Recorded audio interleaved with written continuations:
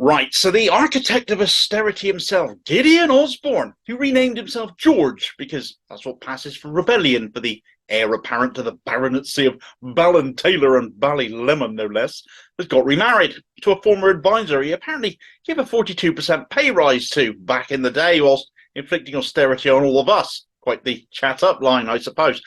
But not without a bit of hell-up in some of the press over an email that's come out just before he got married, uncovering all manner of alleged sordidness on behalf of Osborne himself. But the biggest story seems to me to be the attempts to bury that story, save Osborne's blushes, and again it seems some in the media have a convenient story they can deploy whenever they like, just in time, in order to do just that when they need to. Now, the Osborne email, first and foremost, none of the allegations in it are proven. They are just that, allegations.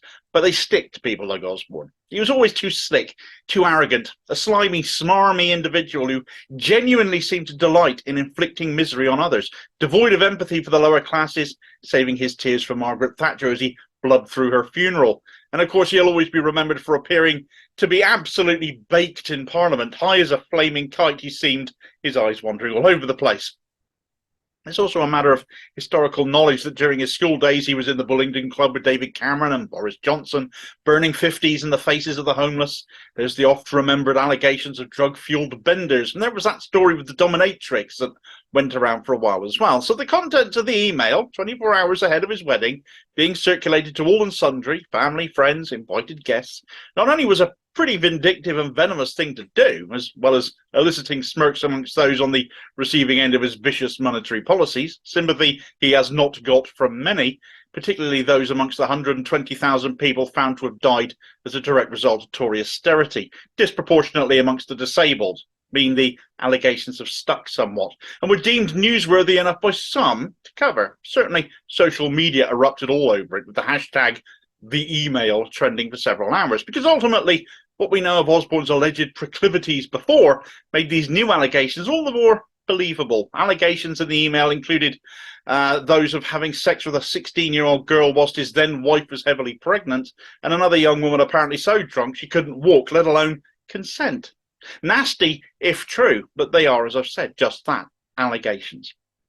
The timing meant it all went on whilst he was Chancellor, though. So do they warrant investigation by Parliament? I'd certainly imagine they warrant a police investigation to find out if such allegations are true. That would be the least you would expect. But adding more fuel to the fire was how quickly loyal media mouthpieces and media bosses have swung into action to shield old Gideon. One aspect of this that has blown up stupidly is the confetti incident at the wedding, which many papers are now rampaging about. Somebody threw orange confetti over the couple after the wedding. Confetti at a wedding? Heaven forfend. God forbid. Who has ever heard of such nastiness? Osborne would have obviously been preferred to be showered with gold, although given the allegations we've been discussing here, let's best not talk too much about golden showers on second thoughts. But come off it. It's a wedding and someone threw some confetti. Cue much pearl clutching from the frothing right-wing media accusing hard-right protesters of disrupting a wedding with confetti. And how unseemly that is, especially everyone from Michael Gove's ex-wife Sarah Vine to former Blairite politicians even wailing about this disruption to what should have been Gidders' big day. What a pity people dying from his legislative choices didn't elicit so much sympathy from them. But of course their accusation is that those rotten protesters, Just Stop Oil, were behind it, because the confetti was orange. They did tweet out that orange was a good colour on Osborne, and of course Just Stop Oil's colours are very, very orange. So adding more fuel to the fire that they may have been involved. If that is the case, well, actually, it's rather a clever form of protest, isn't it? Throwing a bit of confetti at a wedding, just of a certain colour.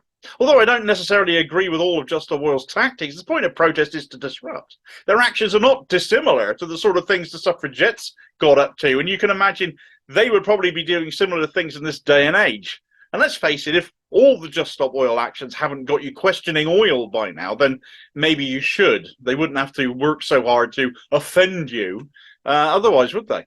Anyway, this wasn't the main distraction. This was just a convenient event the lamestream media latched onto. What was more compelling was the move by Rupert Murdoch, which seems horribly convenient.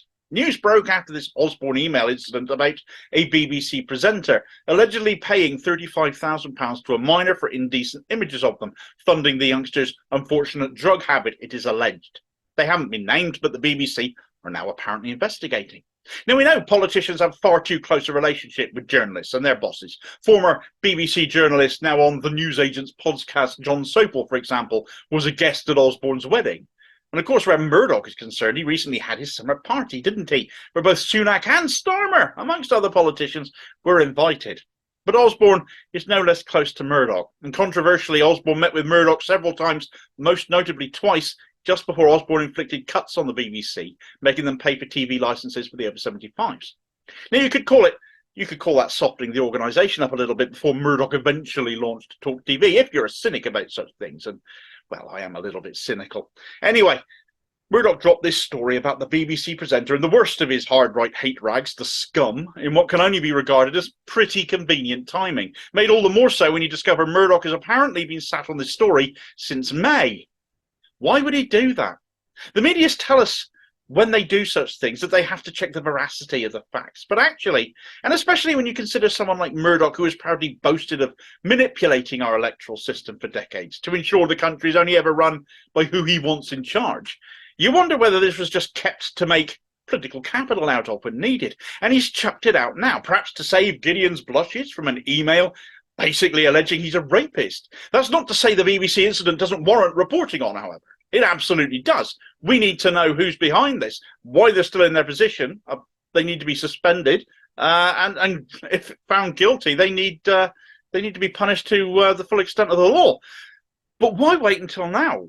Murdoch isn't usually shy about risking legal action, but he's not the first to pull this stunt, releasing a convenient story when the timing is convenient for their political persuasions. Now, the Mirror isn't typically regarded as a right-wing outlet. It's often referred to as a lefty paper, but it's not. And it was sitting on Partygate evidence for almost a year before they slowly started leaking bits about that, waiting basically until seemingly it had been deemed by the powers that be, decided that Boris Johnson was a bigger liability to the causes of the establishment than he was a benefit. And it was time for him to go. And so all of a sudden, this story started to come to light bit by bit. Why did the Mirror sit on it for a year? Oh, well, we had to check sources and veracity. It doesn't take that long to interview people and check facts. But there we go.